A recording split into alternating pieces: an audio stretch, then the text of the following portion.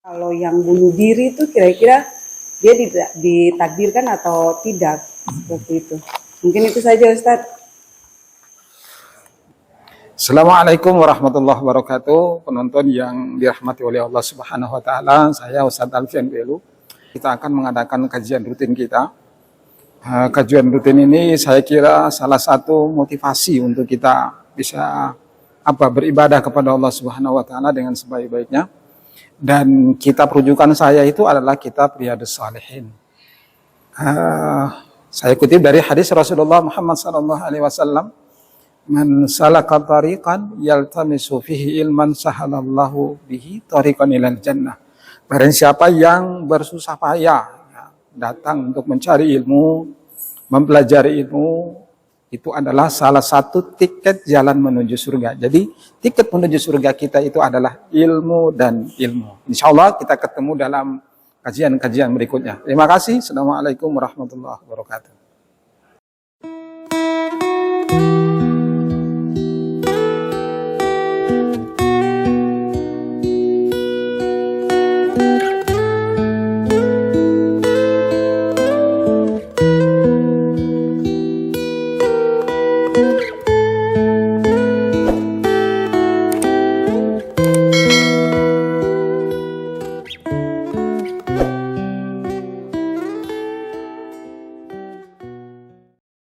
Wabarakatuh. Waalaikumsalam. Ala rasulahu bil huda wa dinil haq liyudhhirahu ala dini kullih wa kafa billahi syahida. Asyhadu an la ilaha illallah wa asyhadu anna Muhammadan abduhu wa rasuluh. Allahumma salli wa sallim ala Muhammad wa ala alihi wa sahbihi ajma'in. Amma ba'd. Puji syukur kita panjatkan pada Allah Subhanahu wa taala. Di ba'da maghrib ini kita masih diberikan kekuatan iman dan kekuatan Islam. Alhamdulillah kita baru selesaikan salah satu kewajiban kita, yaitu sholat maghrib secara berjamaah, dan untuk perempuan sholat maghribnya di rumah masing-masing. Salawat dan taslim tercurah kepada junjungan kita Nabi Allah Muhammad sallallahu alaihi wasallam. Baik, kita sampai dengan 20 menit ke depan. Kita bahas tentang surat Al-Fatihah. Minggu kemarin kita ada bahas beberapa kali surat Al-Fatihah, tapi belum menjelaskan secara rinci. Untuk pekan ini kita bahas bahas Al-Quran dalam surat Al-Fatihah ini secara tuntas, dengan kitab rujukan kita ini adalah tafsir Jalalain. Ya, tafsir apa? Jalalain. Suratul Fatihah makiyatun sab'u ayatin bil basmalati in kanat minha wasabi'atu siratal ladzina ila akhiriha wa illam takun minha fasabi'atu ghairil maghdubi alaihim ila akhiriha. Surah Fatihah ini makiyatun, diturunkan di mana? Di Mekah. Jadi dalam ayat Al-Quran itu surat yang diturunkan cuma dua. Satu, surat yang diturunkan di Mekah disebut dengan Makiyah, dan surat yang diturunkan di Madinah disebutlah surat Madaniyah. Jadi ada surat Makiyah, ada surat Madaniyah. Nah, surat Al-Fatihah itu disebut dengan surah yang diturunkan di Mekah. Sab'u ayatin, dia punya ayat jumlahnya itu 7 ayat. Jadi ingat tuh, surat Al-Fatihah 7 ayat. Tidak ada surat Al-Fatihah 6 atau 8. Hanya 7 ayat. Bil basmalati in kanat minha. Dengan bismillah, kalau surat Al-Fatihah, kalau bismillah itu dihitung dari surat Al-Fatihah, atau Bismillahirrahmanirrahim itu dihitung bagian dari surat Al-Fatihah, maka hitungan ketujuhnya adalah siratal ladzina ila akhiriha. Maksudnya siratal ladzina an'amta alaihim ghairil maghdubi alaihim waladdallin. Jadi pokoknya surat Al-Fatihah itu 7. Cara menghitung 7 yang pertama, kalau bismillah itu masuk dari surat Al-Fatihah, artinya bismillah itu satu ayat, maka ayat ketujuhnya itu siratal ladzina an'amta alaihim ghairil maghdubi alaihim waladdallin. Nah, satu itu. Wa illam takun minha, dan jika bismillah itu bukan bagian dari surat Al-Fatihah, maka fasabi'atu, hitungan ketujuhnya ghairil maghdubi alaihim waladdallin. Bisa dipahami? Nah, mari kita hitung. Ini sekarang bismillah itu bagian daripada surat Al-Fatihah. Bismillahirrahmanirrahim. 1. Lihat. Alhamdulillahirabbil alamin. 2. Terus Ar-Rahmanir-Rahim. 3. Terus Maliki Yaumiddin. Berapa? Sudah itu? Kana abudu wa iyyaka nasta'in. Berapa? 5. Terus Siratal mustaqim. 6. 7. Siratal ladzina an'amta alaihim ghairil maghdubi alaihim waladdallin. Oke, 7 ya. Sekarang bismillah itu tidak dihitung bagian daripada surat Al-Fatihah. Surat Al-Fatihah mulai dari Alhamdulillah. Sekarang hitung Alhamdulillah satu ayat. Alhamdulillahirabbil alamin. Terus Ar-Rahmanir-Rahim. 2. Maliki Yaumiddin. 3. Iyyaka na'budu wa iyyaka nasta'in. Berapa? Terus Siratal mustaqim. Berapa? 5. Terus Siratal ladzina an'amta alaihim. Berapa? 6. Bil maghdubi alaihim. Nah, jadi yang tadi siratal ladzina an'amta alaihim itu hitungannya 6. Nanti hitungan ke-7 baru ghairil maghdubi alaihim waladdallin. Nah, kalau Al-Qur'an yang ada pada kita itu bismillahnya sudah dihitung 1. Yang cetakan-cetakan yang biasa kita baca itu bismillahnya sudah dihitung 1. Jadi bismillah itu bagian daripada surat Al-Fatihah. Jadi tetap jamaah surat Al-Fatihah itu hitungannya pasti 7. Nah, sehingga ada perbedaan gitu. Dalam ilmu tafsir, menurut ahli mufassir, apakah bismillah masuk atau tidak, itu sudah ada penjelasan dan dijelaskan dalam kitab ini. Jadi kalau itu bismillah masuk, cara menghitung 7 dari sini. Siratal ladzina an'amta alaihim ghairil maghdubi alaihim waladdallin.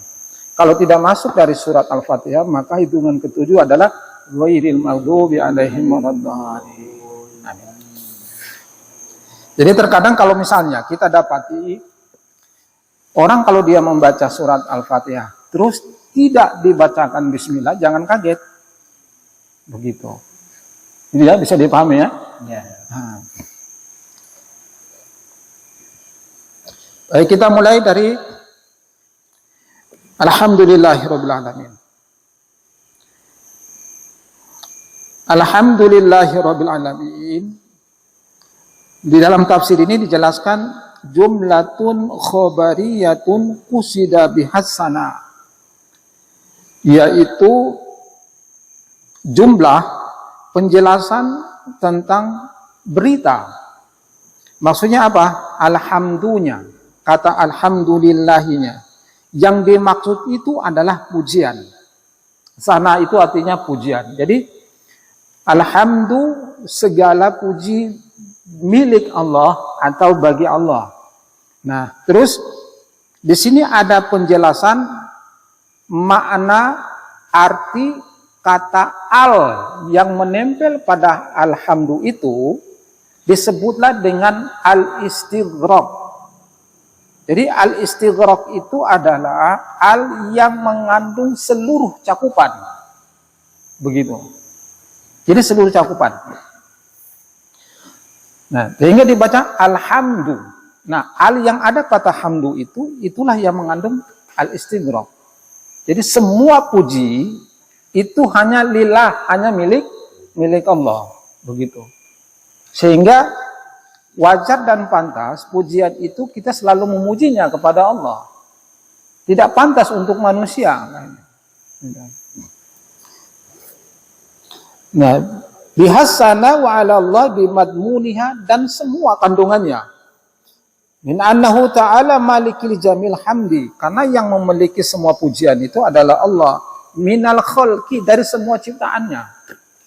Jadi semua makhluk Allah itu bertasbih dan memujinya. Begitu. Kan kita tidak tahu bagaimana makhluk-makhluk Allah itu bisa memuji Allah. Pasti dalam bentuk bahasa mereka masing-masing. Ya kalau kita membahas tasbihnya bagaimana? Ya, kalau kita memujinya bagaimana? Alhamdulillah. Kalau kita bertasbih, subhanallah. Kalau kita bertakbir, Allahu Akbar. Kalau kita bertahlil, la ilaha illallah. Tapi ternyata makhluk-makhluk yang lain juga sama. Mereka juga bertasbih, mereka juga bertahlil, mereka juga bertakbir. Tentunya itu menurut alamnya masing-masing yang kita tidak paham. Saya kasih contoh. Ini contoh sederhana. Ini ayam di rumah. Ini ayam nih. Dia kok bisa panggil dia punya anak itu, anaknya semuanya datang. Itu kalau dia sudah punya makanan, dia panggil dia, waktu dia matok itu makanan, dia panggil anaknya semuanya datang. Kita tidak tahu bagaimana cara memanggil, cuma tahunya kotek begitu tuh. Tapi ini tuh anak-anaknya datang. Nah, itu kan bahasanya mereka dan anak-anaknya paham. Nah, makanya jamaah wajar ya kalau kita selalu memuji Allah, karena terlalu banyak begitu kekuasaan Allah yang tidak bisa kita jangkau dan kita pahami. Kok Allah bisa ciptakan sebegitu uniknya. Semua makhluk itu harus bertasbih dengan bahasa dan gayanya mereka masing-masing. Saya lihat kucing itu. Kucing kalau dia bawa anaknya kan dia gigit dari sininya tuh. Dia gigit. Baru anaknya juga tenang di bawah.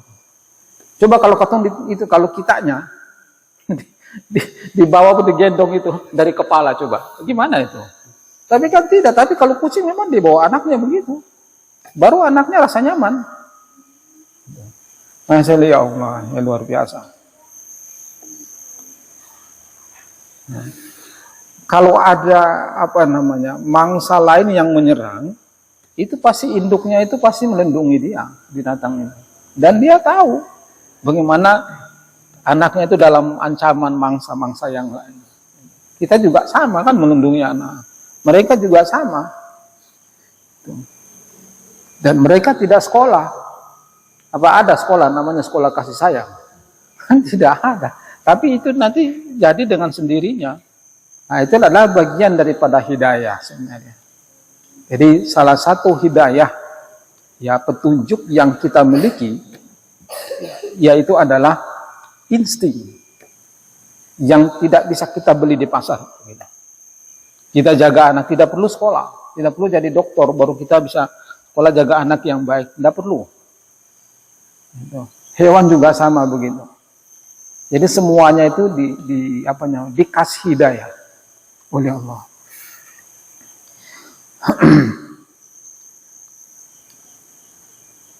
Au mustahaqqun, atau yang berhak untuk dipuji, yang punya hak itu adalah Allah. Pujian itu bukan untuk manusia. Li ayyahmaduhu wallahu a'lam adal ma'budi bihaq. Oleh karena itu harus kita ketahui bahwa yang berhak untuk disembah itu adalah Allah semata. Artinya kalau kita sudah yakin memang pujian itu milik Allah, ya sudah. Berarti kita itu benar-benar ibadah dan sembah itu hanya milik Allah.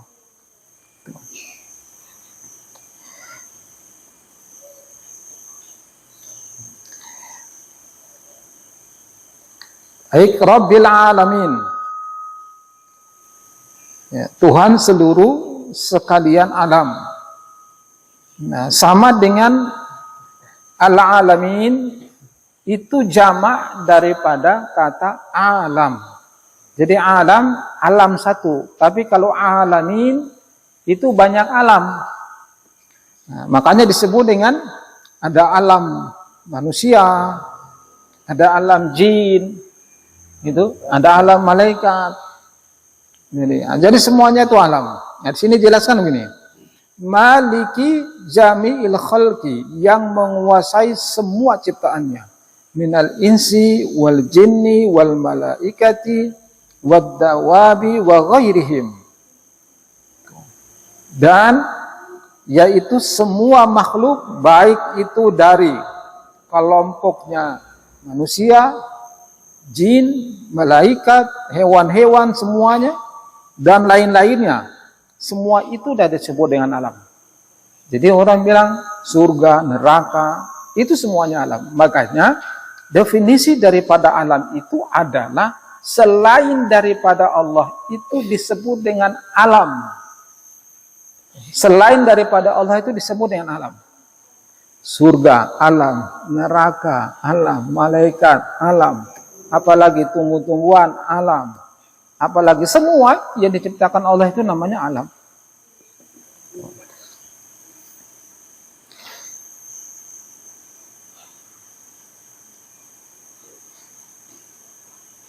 Nah, jemaah, ini ada kata yang bisa kita lihat lagi. Lillahi, kepunyaan Allah atau milik Allah, Rabbi. Jadi Allah mengulang dengan dua kata. Ya. Lillahi Allah, Rabb. Satu lagi Allah jelaskan Rabb, kalimat dalam ayat Al-Quran ini. Rabb itu siapa? Allah. Allah itu siapa? Ya Rabb itu. Jadi Rabb itu ada ulama yang mengartikan yang menciptakan, yang mengatur dan menghancurkan. Itulah yang disebut dengan Rabb. Jadi kalau kita doakan gitu tuh. Ya Allah, ya Rabbi, ya Allah, ya Tuhanku. Diulang lagi bahasanya. Ya Allahu, ya Rabbi, ya Allah, Tuhanku. Jadi Rabb itu adalah Allah itu. Nah, sehingga Rabb itu punya pengertian yang menciptakan, yang mengatur, dan akan menghancurkan apabila ia menghendaki.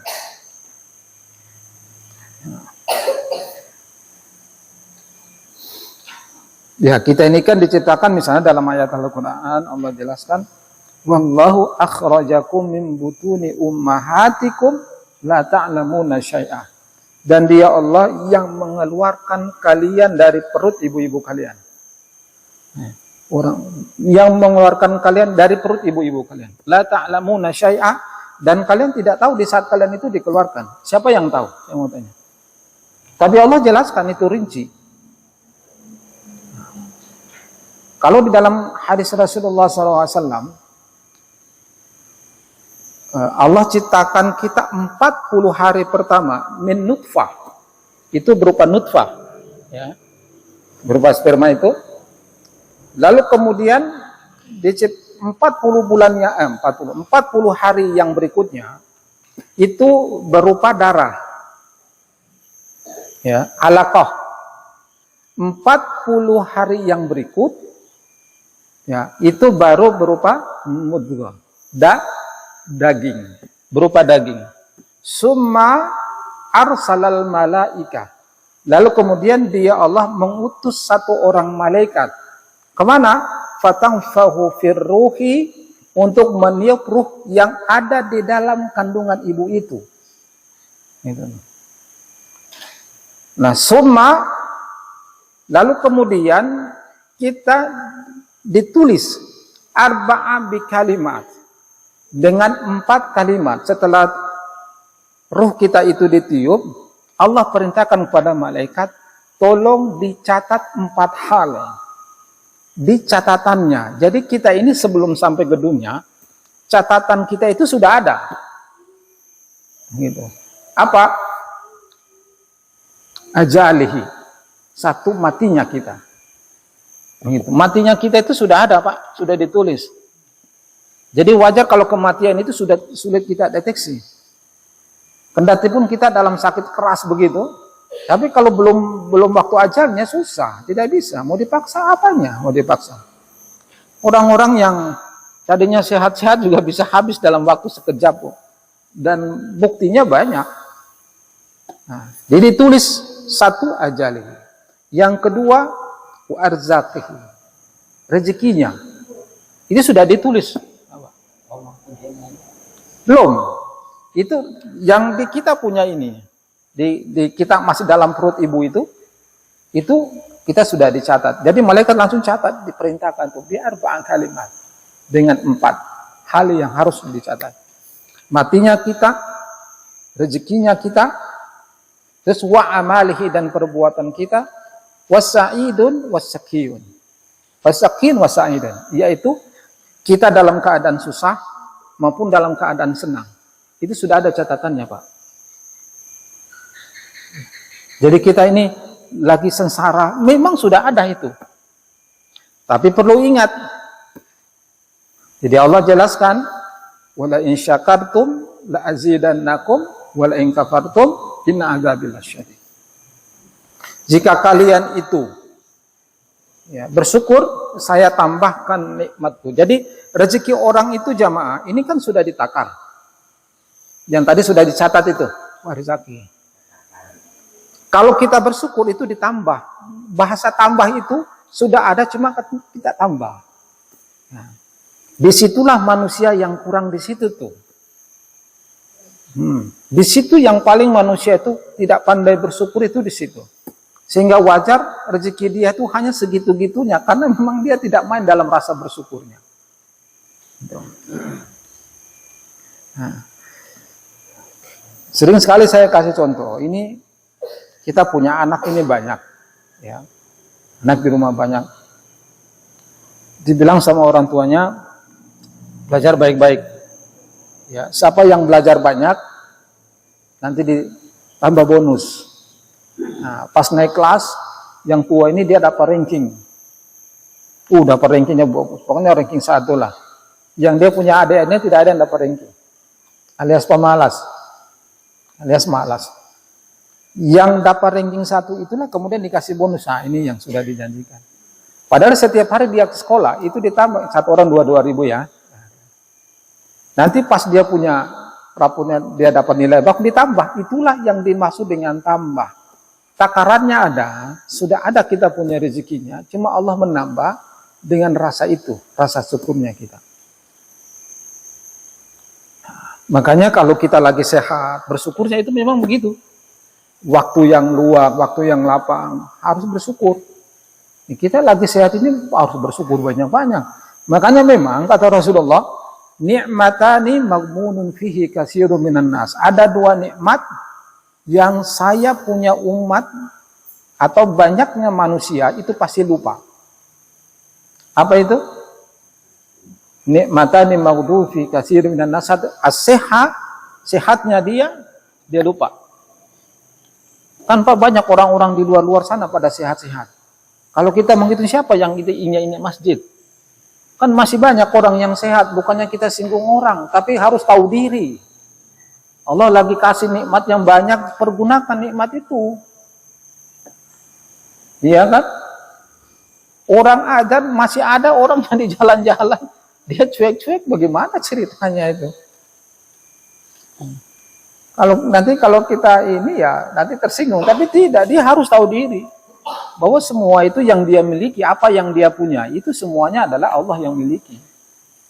Gitu. Jadi tidak boleh orang merasa bahwa rezeki yang sekarang dia punya itu adalah hasil usahanya. Oh, tidak boleh. Nah. Jadi Allah jelaskan dalam ayat Al-Quran ini, innallaha ladzu fadlin 'alan nas walakinna aktsaron nasi la yashkurun. Ya, sesungguhnya saya itu punya banyak nikmat, akan tetapi kebanyakan manusia la yashkurun, dia tidak pandai bersyukur. Ingat, Allah janjikan dalam ayat Al-Quran, kebanyakan manusia tidak pandai bersyukur. Hanya sedikit yang mau bersyukur. Jadi memang kadang-kadang saya pikir, memang benar. Bahwa orang banyak tidak pandai bersyukur, memang itu sudah digariskan dalam ayat Al-Quran itu. Nah, kalau kita jangan ya. Di saat Allah itu memanggil kita, artinya Allah setiap hari kan panggil kita sebenarnya. Ada orang azan itu kan Allah sebenarnya memanggil. Kita ini kalau dipanggil sama atasan, minta ampun Pak, siap sedia. Gitu. Dipanggil sama istri, suaminya datang. Iya toh, suami panggil istri, datang secepatnya.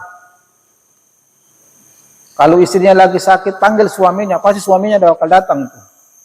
Begitu juga sebaliknya. Tapi Allah kalau panggil dia, Masya Allah. Dengan azannya datangnya susah, ngambil air wudhu susah. Mau bilang bandel juga kayaknya lebih daripada bandel begitu.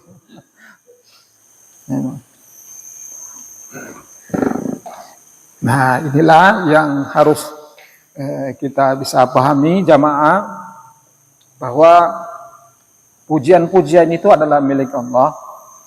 Dan Allah jelaskan, bukan dari surat Al-Fatihah ini, bahwa semua alam itu adalah bagian daripada milik Allah. Yang kita tahu ini hanya segini yang kita tahu, ini milik Allah. Tapi ada alam-alam yang lain yang tidak pernah kita jangkau dengan kita punya panca indera. Begitu. Tapi Allah itu semua menguasai itu. Nah, kita bersyukur, mudah-mudahan Allah senantiasa berikan kita petunjuk, hidayah yang banyak, dan kita semuanya menjadi orang-orang yang pandai bersyukur kepada Allah Subhanahu wa Ta'ala. Nah, baik jamaah, saya kira pokok bahasan kita sampai dengan surat Al-Fatihah, ya, yaitu sampai dengan Rabbil Alamin. Waktunya sudah habis, sudah waktu Isya juga sudah lewat ini. Lewat sekitar 5 menit. Ya Pak Imam? Sudah, sekarang lewat 15. Tadi kita sudahi dulu, kita punya kajian ini, insya Allah ada waktu. Dan kita lanjut dengan apa ini? Ar-Rahman Ar-Rahim. Kita akhiri, subhanakallahumma wa bihamdika asyhadu an la ilaha illa anta astaghfiruka wa atubu ilaik. Assalamualaikum warahmatullahi wabarakatuh.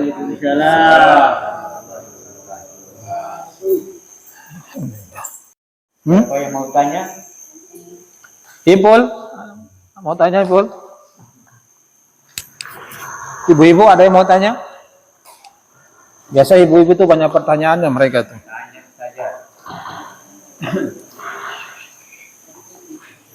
Apa Mbak Wit? Sudah ada diskusi di belakang tuh. Apa Mbak Wit?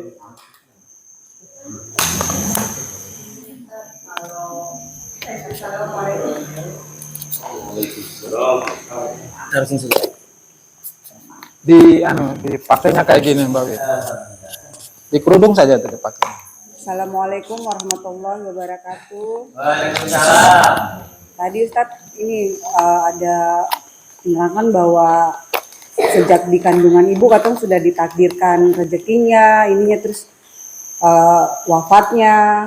Terus yang mau beta tanyakan, kalau yang bunuh diri itu kira-kira dia ditakdirkan atau tidak, seperti itu. Mungkin itu saja Ustadz. Lanjut ya. Baik, jadi sebenarnya kalau orang bunuh diri, taruhlah bom bunuh diri misalnya ya, atau gantung diri, Iya. itu sebenarnya kematian yang memang dia sengaja, bukan dikadikan oleh Allah. Dia menyalahi takdir sebenarnya. Menyalahi takdir.